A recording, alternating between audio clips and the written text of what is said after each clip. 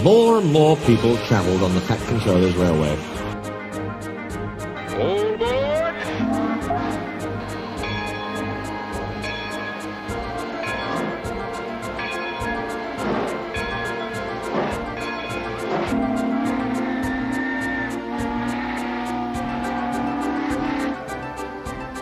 More and more ships came to the harbours. Everyone had to work very hard indeed.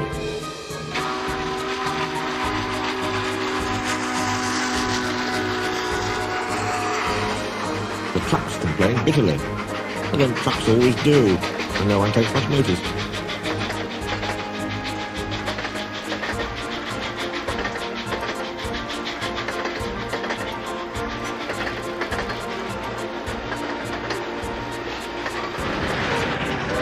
The coaches complained too. No sooner had they arrived with one train than they had to go out again with fresh passengers as another. We don't know whether we're coming or going, they protested. We feel quite distracted.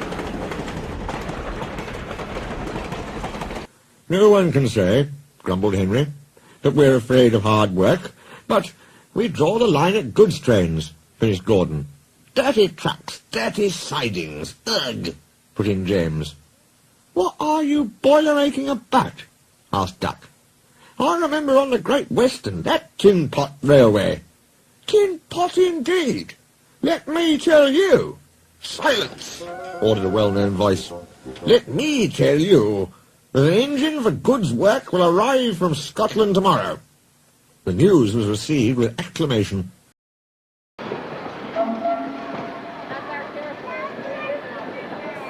Did you say 2 engines, Inspector?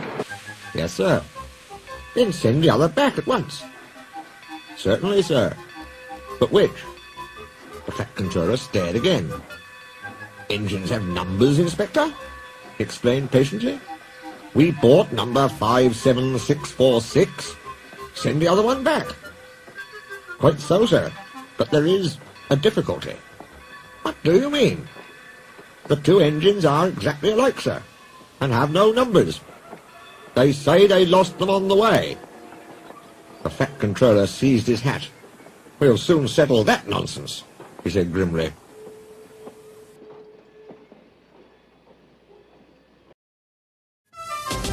Donald and Douglas are twins and had arrived from Scotland to help Sir Topham Hatt, but only one engine had been expected. The twins meant well, but did cause confusion.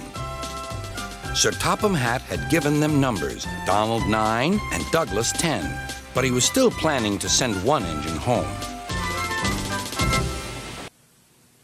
No 9 and 10, smiled the inspector. Here's Duck. He'll show you round before you start work. The twins enjoyed themselves, and were soon friends with Duck. They didn't mind what they did. They tackled goods trains and coaches easily. But once the twins had shunted them, trucks knew better than to try any tricks.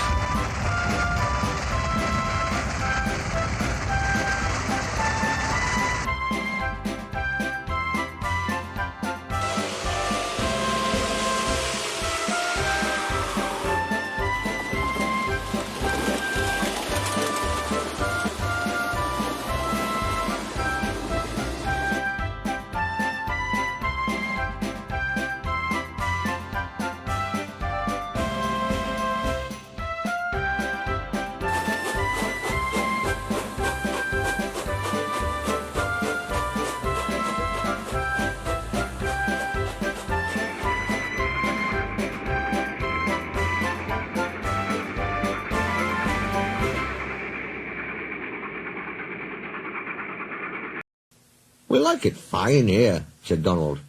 That's good, smiled Duck. But take my tip. Watch out for Gordon, Henry and James. They're sure to try some nonsense. Get a fuss yourself, chuckled Douglas. We'll soon settle them. Donald and Douglas had deep-toned whistles. They sound like buses, said Gordon. Or ships, sniggered Henry. Tugboat Annie, laughed Gordon. Ha, ha, ha. Donald and Douglas cruised quietly up, one on each side. You wouldn't be making fun of us, would you now? Asked Donald. Gordon and Henry jumped. They glanced nervously from side to side. No, said Gordon. No, certainly not, said Henry. That's fine, said Douglas. Now, just mind the both of you, and keep it that way. That was the way Gordon and Henry kept it.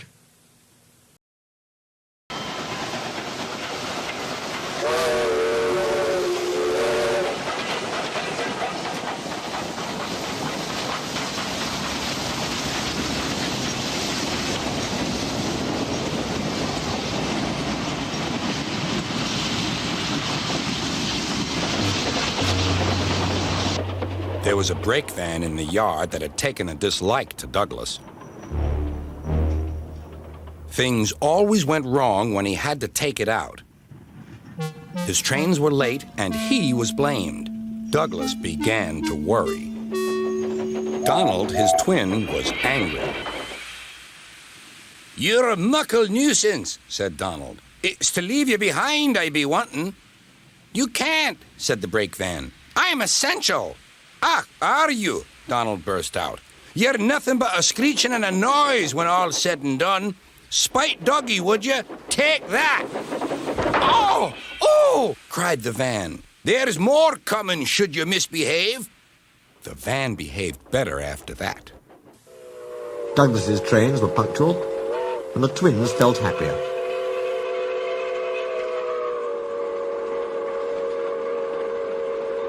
Until one day, Donald had an accident.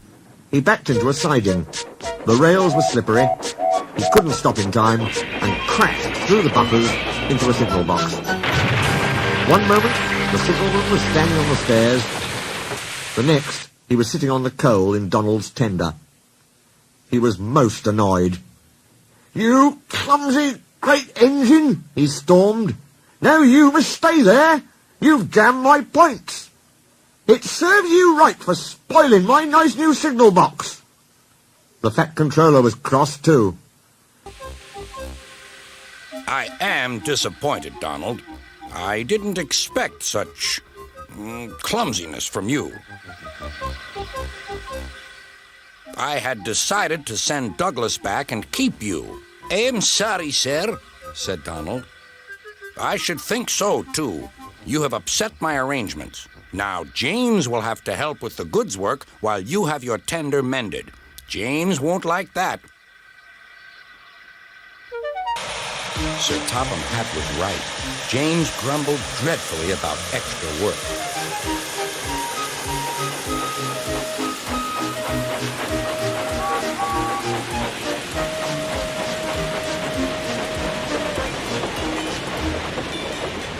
"Anyone would think," said Douglas, "that Donald had had his accident on purpose."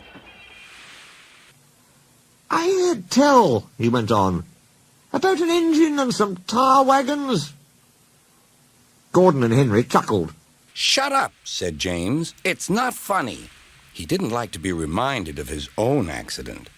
"Well, well, well. Surely, James, it wasn't you. You didn't say." James didn't say. He slouched sulkily away. He was sulky next morning and wouldn't steam properly. When at last he did start, he bumped the trucks hard. "He's cross," sniggered the spiteful brake van. "We'll try to make him crosser still." "Hold back," whispered the van to the trucks. "Hold back," giggled the trucks to each other.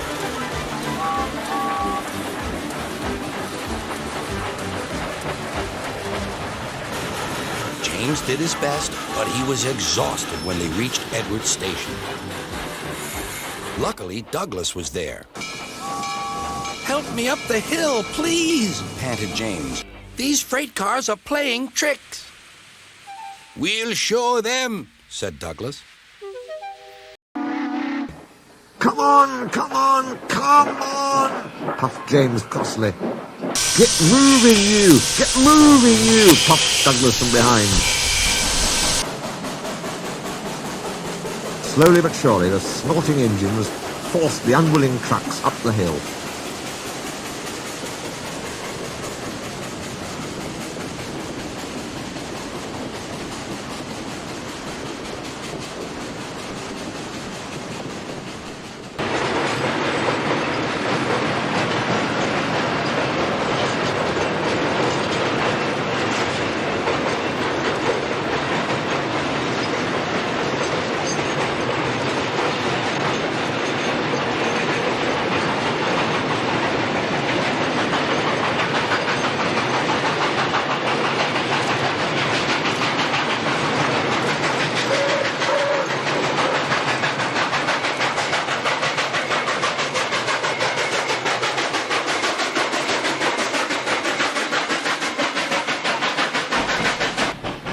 James was losing steam. "I can't do it!